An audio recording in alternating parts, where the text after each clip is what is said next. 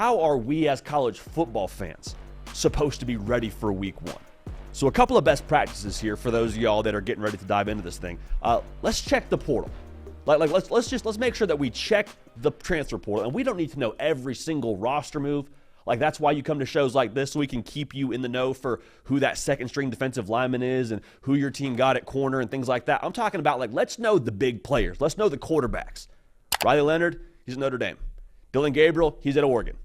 Right? Like, let's make sure that we are all in the know there when it comes to those more front-facing players, face the program kind of players. Let's do our homework on the back end there. Okay? So there's that part of it. Let's check the portal. College football fans, massive year ahead of us. And if you are a college football sicko, you found the right place. Okay, make sure you're subscribed. Whether you're a Georgia fan, whether you're a Clemson fan, LSU fan, USC, whatever fan you are, make sure you're dialed in here because we're talking, I guarantee you, a lot about your team and then a lot about the best sport on the face of the planet. So lock in with us right here. Make sure you're subscribed, and we appreciate y'all in advance for doing so. The other part of this, and this is kind of where it gets a little bit more practical for us, we're approaching that part of the year where family and friends are going to have things that, you know, they're going to invite you to. And they should. Like, they love you. They want you hanging out with them on Saturday. They want to invite you to X, Y, and Z event, X, Y, and Z hangout, kickback, whatever. And that's great. We appreciate that. We love that. However, this is the part of the year where we need to start to set expectations.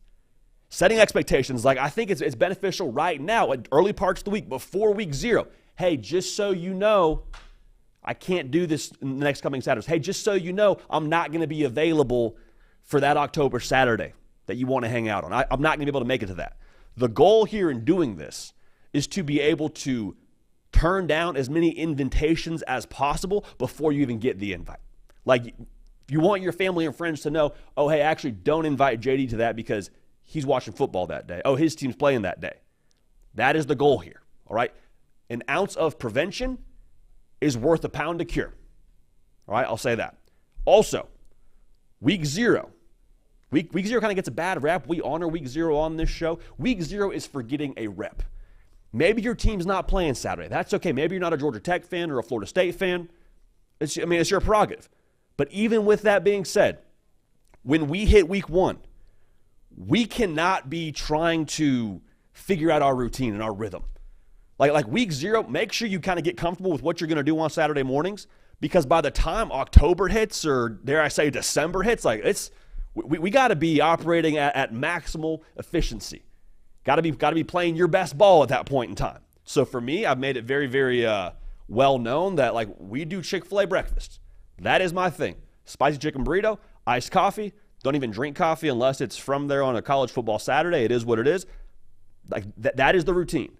If I want to tinker with that, I'm not doing it come week 1. Like, maybe we'll switch something up week 0. Maybe we switch the order up. Some of y'all go work out before the games. More power to you.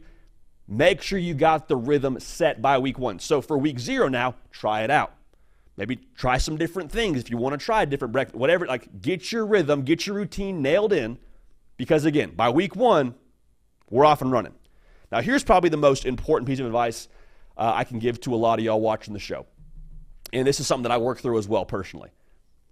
A lot of y'all are in relationships. A lot of y'all are married. So the question then becomes like, hey, I care about this person. I love this person. However, for the next 4-ish months, on Saturday, I don't really want to be that accessible. How do I communicate that to somebody? Here's what I would say. Make deposits now to make withdrawals later. Okay, when I say make deposits, I'm saying, like, hey, you're going to take that vacation, take it. You're doing an extra date night a week maybe.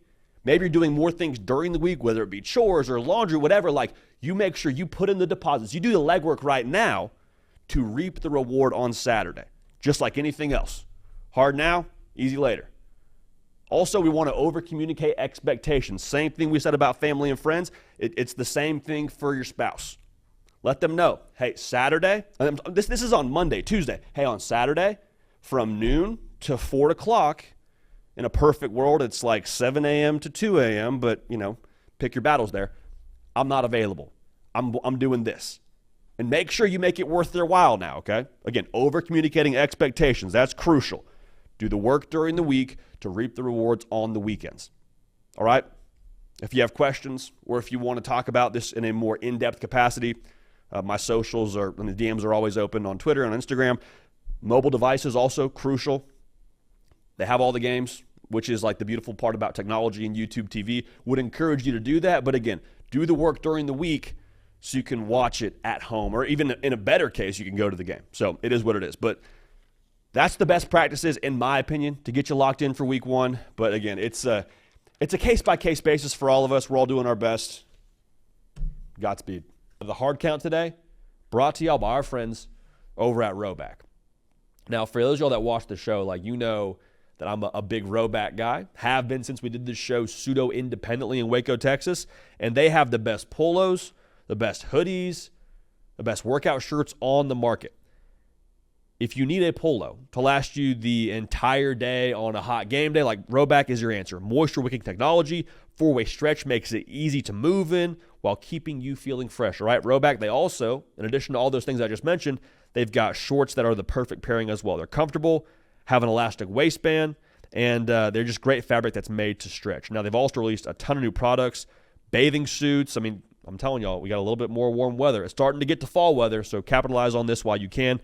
Little swimsuit action from Rowback. Rowback also proudly been leading the NIL charge, signing partnerships with college stars like Jalen Milroe and Cade Klubnik, among others. They're becoming the go-to brand for college athletes. So hear me right now. If you hear nothing else, hear this. Use the code JD, just those two letters, on rowback.com for a generous 20% off for all new customers. That's spelled RHOBACK.com.